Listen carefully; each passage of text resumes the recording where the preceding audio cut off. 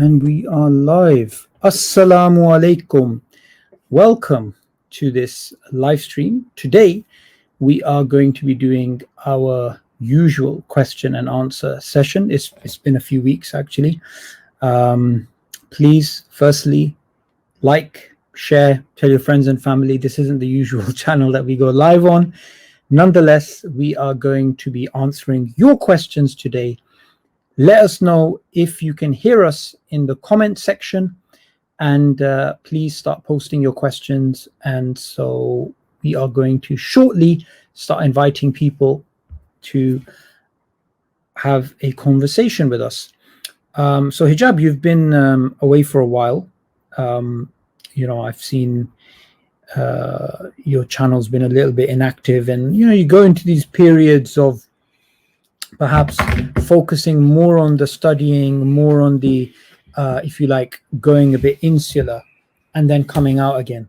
And then I was reminding you some maybe 2 weeks back or some week back to be more active on the channel. So what is this? Is this a deliberate thing where you just go away from social media and you just start going in and studying, or is it a break? What's that about? All of it. It's all of those things and more. One of the rules, the 48 rules of power, is so sometimes you just got absence basically makes the heart go fun. For me, it's very refreshing for the people. In the Egyptian tradition, in the Egyptian proverb, we have ibad habba yazid al-mahabba. Sometimes you got to kind of distance yourself a little bit to grow the love between the people. Okay. I find it sometimes tedious looking at myself every single week. Imagine what the people think watching me every single week.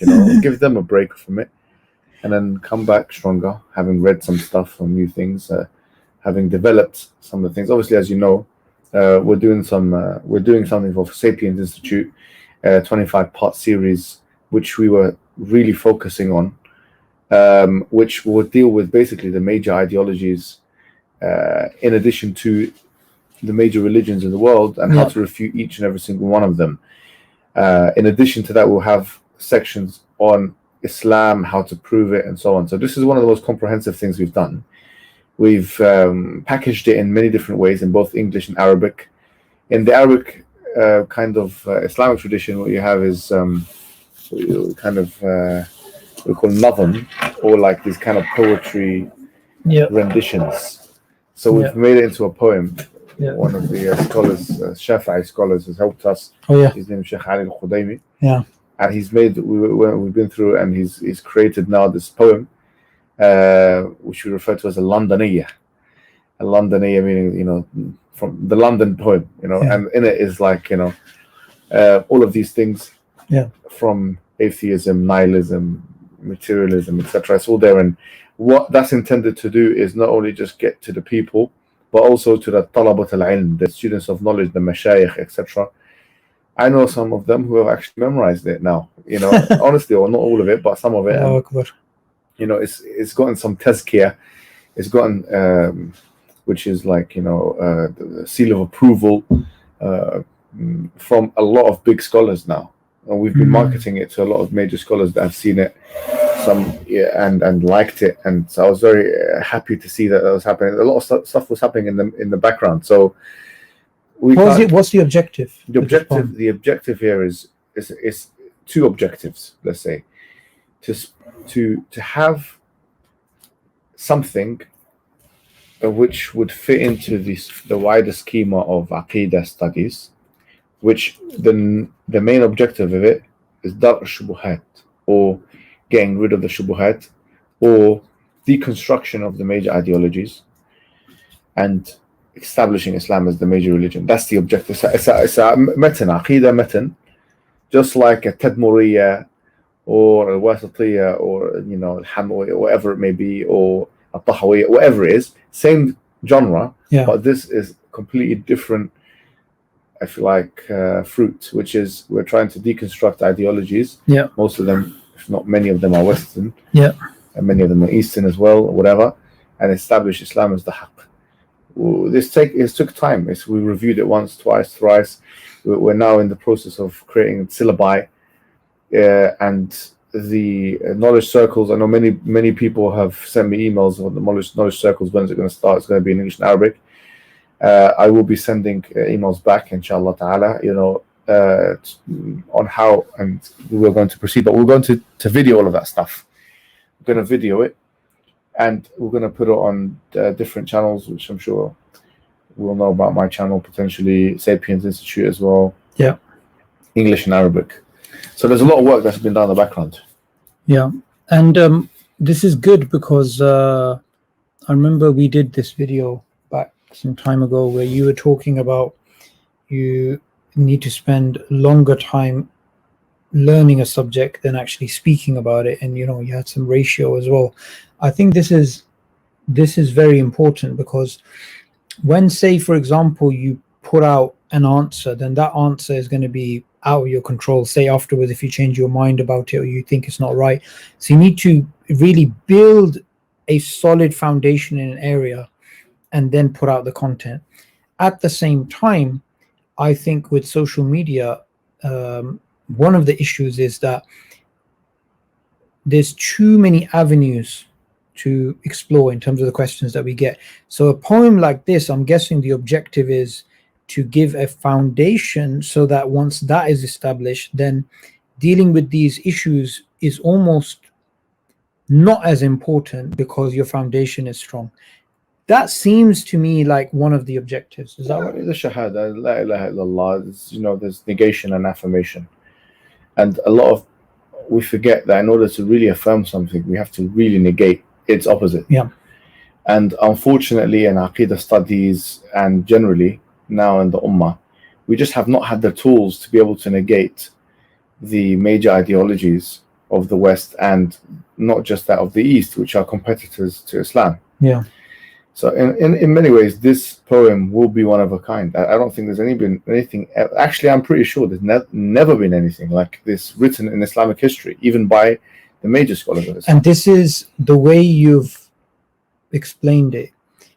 This is in a way because of, if you like, in part because of the West, right?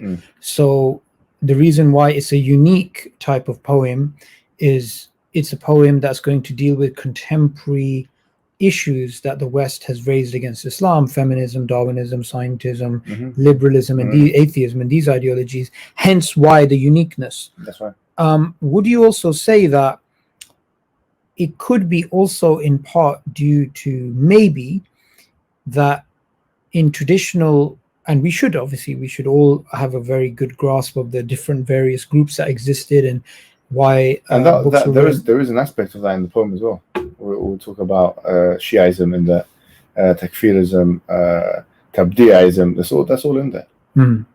And would you say that some of, like for example, the things which are in this poem, and which is the poem is omitting some of the things of the past, do you think some of those things are coming back in a way? Like, for example, one of the things I was thinking about is we seem to think of the Mu'tazilites as long gone, but is that really the case? I mean, there's people alive today which you could actually say the Mu'tazilites, in terms of their ideology, they just don't call it that. So do you think that's why? Because it's now coming with a new potent strength. It's almost like a new variant of this type of ideology that is challenging orthodoxy, but it's coming from a Western perspective, as opposed to, if you like, that the original, if you like, virus of this type of thinking came from the East, and then it was subdued, but a new powerful potent one is coming. We haven't labeled it as that, but it is that with Western backing. Mu'tazilism is to a lesser extent Ash'arism, and to much lesser extent, to be fair. But Mu'tazilism was strongly influenced by Aristotelian logic in Aqaid, within the school. And it was very powerful because Aristotelian logic was seen as kind of indispensable. Ibn Rushd, or Averroes, his main argument against al-Ghazali was actually that he wasn't Aristotelian enough. Yeah, that was his argument. That was like a benchmark. Yeah, Tahafut. He wrote, because al-Ghazali wrote a book called Tahafut al-Falasifa, or Incoherence of the Philosophers. Yeah. Ibn Rushd, or Averroes, he wrote Tahafut, or Incoherence of the Incoherence. Yeah. and he was just kind of making an argument for the Aristotelian position. Now that's the power of the Aristotelian school on classical and medieval scholarship. You could say the power still is there. I mean, Aristotle has by no means kind of gone out of the picture, even though it's been 2,300 years since he's written his books or whatever. But now, as you say, there are challenges which were never dealt with before because these ideologies were just simply not there. Liberalism, feminism was a very kind of young ideology in the grand scheme of things, and so on. So just on this, for example, like how feminism is a new ideology. Just before going live, we were discussing about how in Islam, women and orphans are coupled together, and how this would definitely, and especially in your discussion with these feminists who, really do, I would say, get riled up by these types of arguments. They would hate the fact that Islam categorizes women as vulnerable, as a category of people that need to be protected, and that goes against their whole idea of women are just as powerful and we could do what we want and this type of thing. And I think that's also something which in the past, wherever you were in the world, you wouldn't get that type of argument, whether it was the Greeks or the mushriks. You see, this is a good point you're making, but when you really, if you pay close attention to second wave feminist rhetoric, right? I think it's a little bit more complicated than saying that they want them to be heroes. I think the irony of it is that they want them to be victim heroes, which is actually an oxymoron. How can you be a victim hero? You're either being oppressed, which means you are, in a sense, vulnerable. Because when was the last time you had a vulnerable oppressed person? Heroic or a non-vulnerable oppressed person. So you can't have your cake and eat it both. If they want the oppressor to be the man, can I just challenge that? Right? We could say everybody loves the underdog story, right? It's about the guy who was bullied and he was then he became. Well, if you're saying the underdog, already you're admitting that there's a disparity in ability there, isn't it? So you said second wave. So first wave, and again for the viewers, okay, what do you mean by second wave? What's first wave? What's second wave? First wave, and then we can go into. It's cause based. It was about the vote. Funny enough, this is actually in the poem. This is all mentioned in the poem.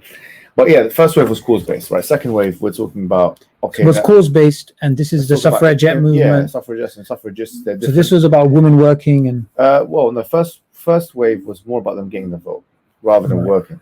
Second wave started to become about equal pay and stuff like that in work, and that's when legislation started in the 60s, from 1963 onwards, kind of passed with Jeff Kennedy and stuff like that. American, there was this kind of symmetrical movement in the UK and Canada and stuff like that. But in addition, then you started to have all these kinds of narratives by feminists like de Beauvoir, notably in Simone de Beauvoir and Betty Friedan. And Germaine Greer, who's still active, older woman now, and has come back from her positions. Like, people don't realize that Germaine Greer and Betty Friedan, both of them, have actually retracted a lot of their positions because they realize that it's not. Actually, there's lots of reasons why they did. But what position did they retract? So, for instance, like we may have heard in the second wave feministic literature that Betty Friedan famously said that woman is, a slave in a comfortable concentration camp. But she wrote a book called The Second Stage. And in that book, she says that was a bit extreme. Didn't she write The Second Sex?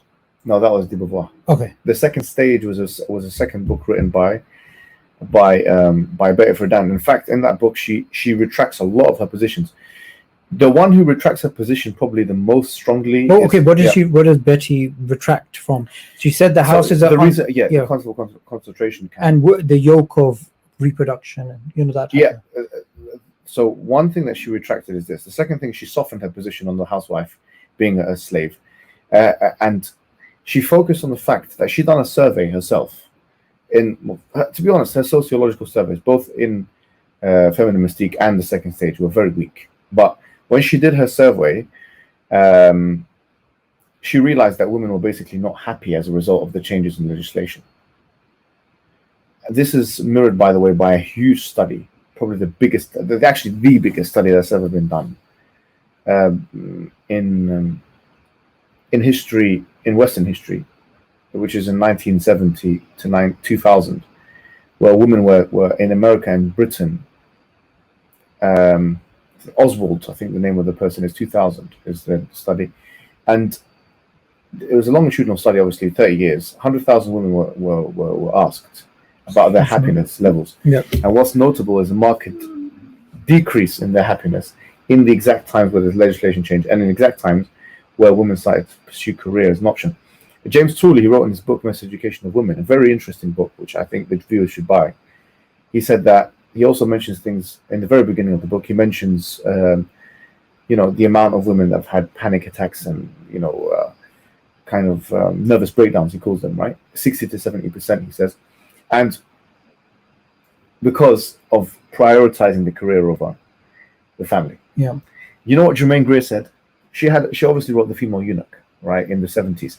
But she wrote a book called The Whole Woman thereafter, maybe in the, I don't know, it's 80s, or I don't know when she wrote it, maybe in the 90s even. And she said something which was shocking and just unbelievable. She was one of the advocates for abortion. She was on the camp of people saying you should never have children. So the Beauvoir said that, right? I think Betty Friedan said that somewhere, but definitely Greer was saying this. And she says something in The Whole Woman, which is so powerful. She says, "I mourn for my unborn children." Allah Akbar. She goes, "I mourn for my unborn children," meaning she regrets the fact that she couldn't have children because of her ideology. And then she says in her book, The Whole Woman, this goes into the category of retractions of the second wave feminist. She's one of the big women in terms of big names. She then says something to the effect of, "We need to look closely at a full-time woman or a full-time housewife being a legitimate career option." Wow. Complete flip. She's a contrarian, the woman. Like even now with the whole LGBT thing. With the whole transgender movement, she's got controversy going on. Yeah. The point is that with the third wave feminists, right, with which we can talk about in a second, but this shows you the extent to which the studies and the data shows that this second wave feministic experiment has really been a failure. Yeah. And the most radical and loudest are usually the ones who come out with these types of arguments against marriage, against children, against, it's almost like there's this pressure. Yeah, there's this pressure, where do you work? Oh, I work here, I work here. Oh, where do you work? Oh, I'm a housewife. Like they've created this type of thing where it's almost like to try and create a restlessness within women, even affecting Muslim women now, where it's like, oh, you're just at home. What are you doing at home? Mm. You know what I mean? Yeah, and this is something very interesting. But just on that, I mean, if we look at the data, the ones who are at home are much happier than the ones who are at work as a full-time occupation. That's just a fact of the matter. As I say, the Oswald study of 2000, that is the staple study that anyone can look at. Yeah. We're talking about 100,000 people, 30 years. That's a longitudinal study. As I say, you can look at James Tooley's book. It's fantastic, brilliant book on this called The Miseducation. Really should look at it. But what I was going to say was, this is a failed experiment, so pure and simple, because you're trying to suppress the maternal instinct. You are trying to suppress the physiological thing that makes a woman what she wants to be. It's a failed abortion. When you do that, you have all these malfunctions. Yeah. That's why there's such backlash literature now, backlash on the feminist movement, because it's failed. And you know what's really interesting about that study as well? We saw a marked decrease in the happiness of women, but we also saw a marked increase in the happiness of men. Because you know why? Bro, I'll tell you something now that, I don't think I've actually ever made this public, right? Are you about to say something? I'm going to have to take us off live. It's happened a few times where I've had to take... It is because it is in the best interest, nothing controversial. It's because it is in the best interest of a man, generally speaking, not to commit in relationships where he's extracting his resources. Absolutely. So he's moving from one woman to another, doing what he wants to do. Not only this, when women say, about happiness, right? So they're saying they're happy at home, and at home, what is it? They're secure, right? They're in this sort of protection. But the feminists, they want women to be basically out of the house. Now, one of the things which I was actually thinking about the other day, they talk about, the feminists talk about patriarchy, right? And they use this term often. Oh, look at these bunch of men, patriarchy. But the number one thing that they should be pointing out as patriarchal is the sex industry. It's all run by men. To be fair to them, some of them do. Like, there was something called the sex wars in the 1990s, I believe it was, between Andrea Dworkin and kind of some feminists on the radical side of feminism, who were making active arguments against the sex industry, against pornography even. And here's the thing, because if they want to say religion is patriarchal, well, religion is basically giving men what they don't want and protecting women. So it's basically like, if it was up to men, I mean, that's why the sex industry, I gave it as the example. Yeah. So the women are being exploited. The women are the ones being prostituted, and they're the ones human trafficked. Not even if it's voluntary. It's the fact that, it's the men who are enjoying that. How many men prostitutes are there compared to women prostitutes? The point you're making here is very clear, that the feminist movement has been in the best interest of men. If you look at the studies, like this Oswald study I'm talking about, that's one example. I'll give you another example, which I thought was a very interesting example. I personally believe Simone de Beauvoir was probably the founding mother of modern day feminism from a philosophical perspective, because she gave it that justification. Not many people know that in her autobiography, right, she was in a relationship with Jean-Paul Sartre, well-known relationship. She says in her autobiography, right, and also James Tooley mentions this in his book, very good book. Once again, Miseducation of Women, for people that want to buy it. She says in her autobiography that she was kind of like preparing her house. I think it was in New York. She was preparing, imagine, the mother of feminism, preparing her house, cleaning up furniture, this and that, so that Jean-Paul Sartre, the famous existential philosopher, can come and live with her, right? And she was doing all these things and whatever. And he gave her the idea of doing the second sex, the main book, right? And as he was giving her the idea, he gave her the epistemological kind of backing for it. He was pressuring her to do so. And you can see in her writing, this is what she says, something to the effect of, when she finished writing her book and everything went well, she then started to come, less active in terms of her writing and stuff like that. And he said to her, now you become what you hated, or like you're becoming like a housewife or something to that effect. And she said, I was so disappointed in him. Do you know what she refers to him as in her autobiography? She refers to him as her superior. Please think about this for a second. I want women to think about this first.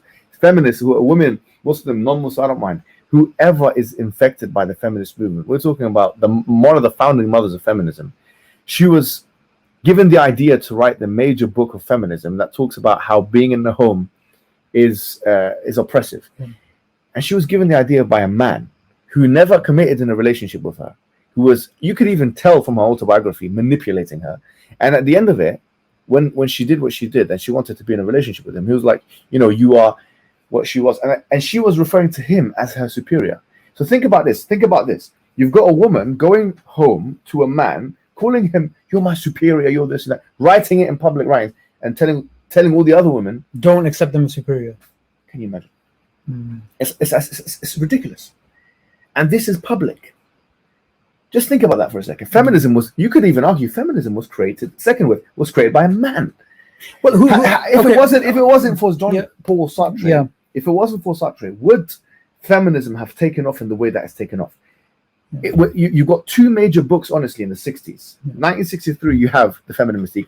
But without this book, The Second Sex, would feminism have been what it is in the academy? And let's look at who benefits, okay? So we have the ideology, but who benefits?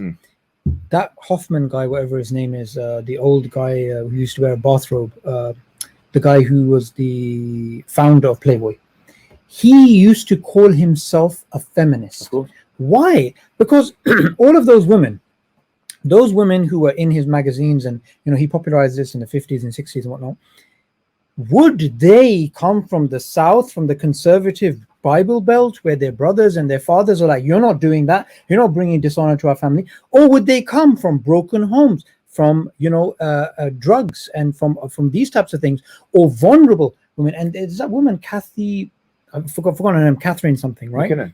McKinnon, yeah. She basically challenges this ideology about using women like this, because she says basically they're being exploited. Yeah, but remember, she says that having sex is rape, something like that. Okay, I didn't know that. Yeah. But she was the most radical. Yeah. So what it is that if you want to call anything patriarchal, yeah, then you should call something patriarchal whose implications are in the favor of men. That's what you should call patriarchal. Yeah. So you shouldn't call a theistic religion patriarchal when the implications are against men's interests. Why? Do you understand? I do understand what you're saying. Absolutely, and this is that's a very similar that's argument. why the Muslims who sometimes say yes, Islam is patriarchal, and I think I've fallen into. We shouldn't do that. We should say, look, it's not patriarchal and matriarchal because it's God-centric. It's not about. This is actually a very similar argument to one that Farrell makes, or Farrell. I keep making a mistake of his name. Warren Farrell. Yeah. In The Myth of Male Power, which is another classic book that should be in the bookshelves of everybody that wants to know about feminism, right? So, Miseducation of Women by James Tooley, the War of Farron's books, in fact, all of them, not just, even The Boy Crisis. He's written a book recently, a very good book, called The Boy Crisis, talking about the importance of fatherhood. He is coming from a kind of seemingly egalitarian perspective. Yeah. We have to remember that when we're reading his books, but the arguments that he makes are interesting. He basically says this: you've got to look at the way we define power. Because what is power? And he defines it as, and in the literature, by the way, we could talk about this, but he himself defines it as the power someone has over their own life. And he says, if we define power in that way, then how much power do men actually have? They're very dispensable. If we look at the history of mankind and civilization, we realize that they're the most dispensable. In their life, they have been very dispensable. Of 11 wars in America, major wars he mentions, I think he wrote this book in the 90s, in the first edition. There was drafts that men were forced to go into war and dispense of their actual physical bodies. Things like that indicate how could they? He says that's powerlessness. So if power is defined as control you have over your own life, you having to provide for your family or extract your own resources or pay for their things, you're a servant. That's actually a kind of service, or and he gives kind of menial examples of if you go with your wife or with a woman, even if just believe this, this kind of Western culture, they have boyfriend, girlfriend, they go to the restaurant, the man is expected to pay the chivalry effect, this and that. Imagine if you split the bill. That would be just... It's powerlessness because, it's just like the cliche of women and children get off the boat first, in emergency situation. How that's power? That's not power. That's powerlessness. Yeah. You are having to dispense of yourself. Or even, for example, the feminists who say, "Oh, this is patriarchal. That's patriarchal." Why don't they argue about the patriarchy in the army? And they say, "Why did so many men die in World War II? Why not equally enough women?" Yeah, that's the argument. That's the argument. Yeah. So we're going to go to people and take their questions. I just want to highlight, because some people are commenting about this. We don't answer questions about Islamic jurisprudence. We don't answer questions about Islamic Aqidah. We don't answer questions of inter-Muslim issues. And we definitely are not going to entertain any questions about Afghanistan, which is being asked in the comment section, because we are not political analysts here. We're here to defend the faith of Islam and to explain why it's true and why the arguments against it are actually false. So please, no questions of that category.